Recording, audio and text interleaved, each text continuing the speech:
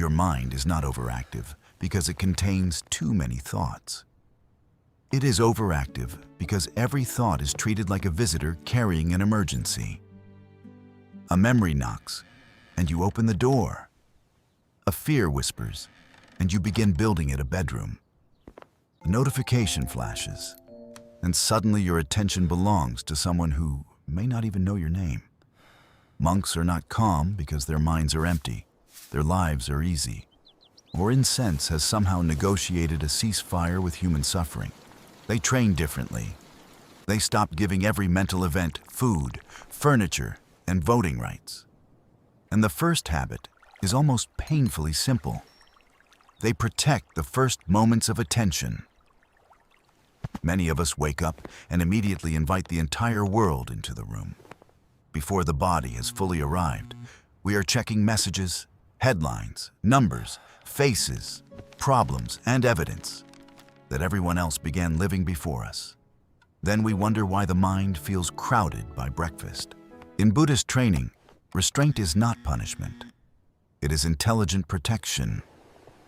You do not have to hate the world to delay entering it. For the first 10 minutes after waking, do not touch the phone. Sit, wash, drink water, open a window, or simply notice the body breathing. The purpose is not to create a perfect sacred morning. Please do not turn 10 quiet minutes into a 12-step productivity ceremony involving imported tea and a subscription app. The purpose is to let attention belong to you before it becomes public property. The second habit is returning to one thing without demanding that everything else disappear. This is where people often misunderstand meditation. They imagine that a calm person sits down, closes their eyes, and experiences a beautifully empty mind, while they sit down and discover a committee meeting hosted by every regret since adolescence. But the practice is not the absence of thought. It is the repeated return from thought. In mindfulness of breathing, the breath is not a weapon used to defeat the mind. It is a place to come back to. A thought appears. You notice it. You return. Another appears wearing a more convincing costume. You notice it. You return again. That return is the training, not the silence afterward. The return. Try it for 5 minutes. Feel one full inhalation and one full exhalation. When the mind leaves, quietly name what happened. Planning, remembering, fearing, rehearsing. Then come back to the physical sensation of breathing. No argument, no courtroom, no dramatic announcement that meditation is not working. The moment you notice you wandered is not failure. It is the exact moment awareness became active. Monastic calm is built through thousands of these ordinary returns. The mind learns that a thought can be present without becoming a command. The third habit is doing one thing while doing one thing. This sounds almost insulting in its simplicity, which may be why modern life has worked so hard to make it unusual. We eat while watching, walk while typing, listen while preparing a reply, rest while checking whether we have earned the right to rest. Attention is stretched across several rooms, and then we call the resulting exhaustion ambition. Buddhist practice places great value on clear awareness in ordinary activity. Walking is known as walking. Eating is known as eating. Washing a bowl is not treated as an inconvenient hallway leading toward the next important moment. This does not mean moving through life in theatrical slow motion. It means allowing the action in front of you to become complete. Choose one daily activity: making coffee, taking a shower, walking to the car, washing dishes, and remove the second stream of stimulation. Feel the movements. Notice the urge to escape into audio, scrolling, or mental rehearsal. Stay long enough to discover that boredom is often just attention going through withdrawal. An overactive mind is not always asking for more information. Sometimes it is begging us to stop changing channels. The fourth habit is deliberate silence, especially before speech becomes emotional debris. Monastic traditions differ, and monks are certainly not silent all day. But Buddhist ethics treats speech as an action with consequences. Words can reduce suffering or multiply it. The mind becomes noisier when the mouth is constantly defending an identity, correcting every misunderstanding, narrating every irritation, and trying to win trials no one officially opened.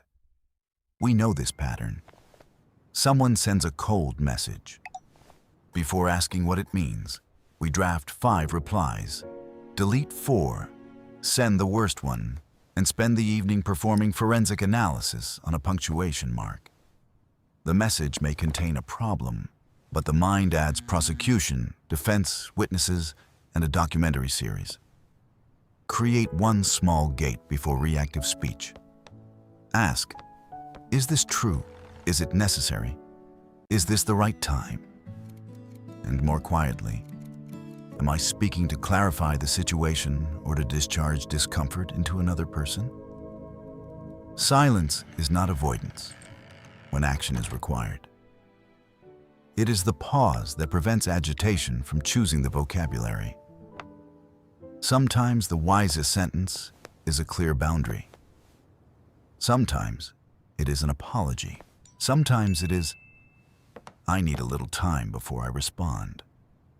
Calm is not having nothing to say. It is refusing to make every emotion someone else's emergency.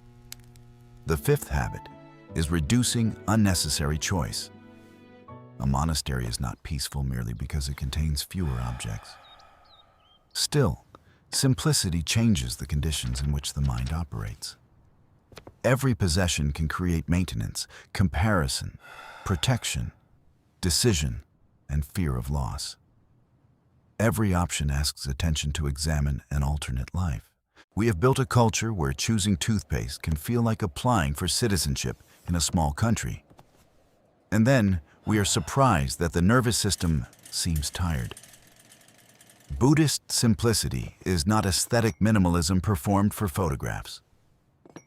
It is the practice of learning what is enough. Look at one part of your day where choice creates repeated friction. Wear from a smaller set of clothes. Eat a few reliable meals during busy weeks. Remove unused apps from the first screen. Decide when messages will be checked instead of renegotiating the decision every 4 minutes. Simplicity does not solve grief, trauma, or financial pressure, but it stops manufacturing avoidable noise around the pain already present. There is a quiet dignity in not requiring every moment to offer 10 versions of itself. The sixth habit is observing thought without converting it into identity. This is one of the most liberating and uncomfortable movements in Buddhist practice. A thought appears. I am failing. Usually we skip the fact that this is a mental event and immediately enter the identity it proposes. We do not experience a thought about failure. We become a failure sitting in a chair, drinking coffee, collecting evidence. But thoughts arise because of conditions: fatigue, memory, fear, habit, comparison, bodily tension, something someone said 12 years ago that apparently renewed its lease. They change. They contradict one another.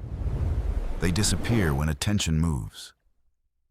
A changing event cannot be a complete definition of who you are. When a painful thought arrives, add a few honest words. The mind is producing the thought that I will ruin everything. The mind is producing the thought that nobody respects me. This is not a trick for pretending the thought is false. Some thoughts point toward real responsibilities. The question is whether the thought reveals a wise action or merely repeats distress. If action is possible, take the smallest, honest step. If no action is possible now, stop confusing repetition with preparation. You can listen to a thought without appointing it as your biographer. The seventh habit is training goodwill before the mind becomes a hostile place to live. An agitated mind often attacks outward and inward with the same voice. We resent the person who hurt us, then resent ourselves for still being hurt, then become angry that we are angry, creating a neat little tower of suffering with excellent structural integrity. The Buddhist practice of loving kindness, or metta, does not require pretending harmful behavior was acceptable. It does not ask you to remain close to someone unsafe. It trains the intention not to be consumed by hatred. Begin somewhere believable. Bring to mind a person for whom goodwill comes naturally. Silently offer a simple wish. May you be safe. May you be free from needless suffering. Then offer the same wish to yourself, not because you have earned it through perfect behavior, but because cruelty has never been a reliable teacher. Eventually, when appropriate, you may include a difficult person, not to excuse them, not to invite them back, simply to stop renting them a room inside your nervous system. Forgiveness may not even be the right word. Release is sometimes closer. The goal is not warm emotion on command. The goal is weakening the habit of hostility, one repetition at a time. And this leads to the eighth habit, the one that makes the others real. Monks return to the practice whether the day feels spiritual or not. Calm is not maintained by waiting for a calm mood. It is trained through rhythm. The bell rings. The body sits. The floor is swept. The meal is received. The mind wanders. The mind returns. There is something almost offensively unglamorous about this. We prefer transformation to arrive as revelation because repetition does not photograph very well.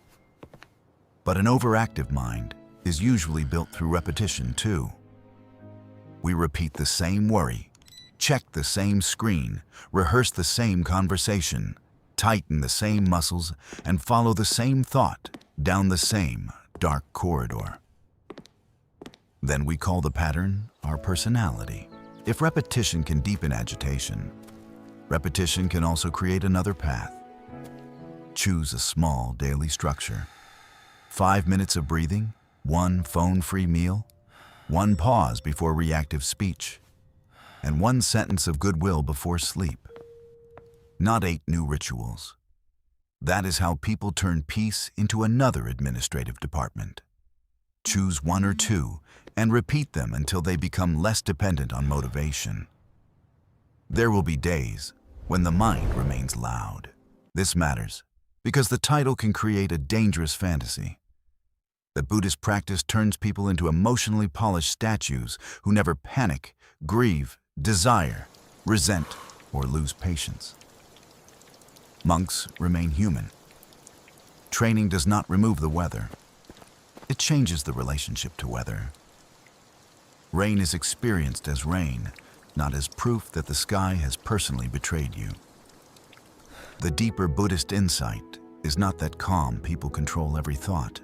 It is that they stop requiring every thought to become reality. They understand through practice that mental states arise and pass. Pleasure changes, fear changes, anger changes. Even the thought insisting that nothing will ever change is itself changing while it speaks. This is why the image of a still pond can be misleading. A living mind is more like a river. Calm does not mean freezing the water. It means no longer jumping into the current to wrestle every branch that floats past. Some branches require action. Some are warnings. Some are memories. Some are just debris. Wisdom is learning the difference. So tomorrow morning, before the world enters, protect 10 minutes. Return to 1 breath. Complete 1 ordinary action without dividing yourself. Pause before speech. Remove 1 unnecessary choice. Name a thought as a thought Practice goodwill without surrendering your boundaries. Then repeat, especially when none of it feels profound. The chaotic world may not become quieter. Your phone will continue offering 17 reasons to abandon the present before breakfast. Other people will remain unpredictable. Plans will break. Bodies will age. Loss will not ask whether you finished meditating. But the mind can learn a different hospitality. It can stop giving every fear a permanent room. It can let thoughts arrive, be known and leave, without turning the whole house into an emergency shelter. That is not perfect peace. It is something more honest and more useful. The capacity to remain present without obeying every noise. And perhaps that is why trained practitioners can appear calm in a chaotic world. Not because chaos never enters them, but because it no longer receives the keys.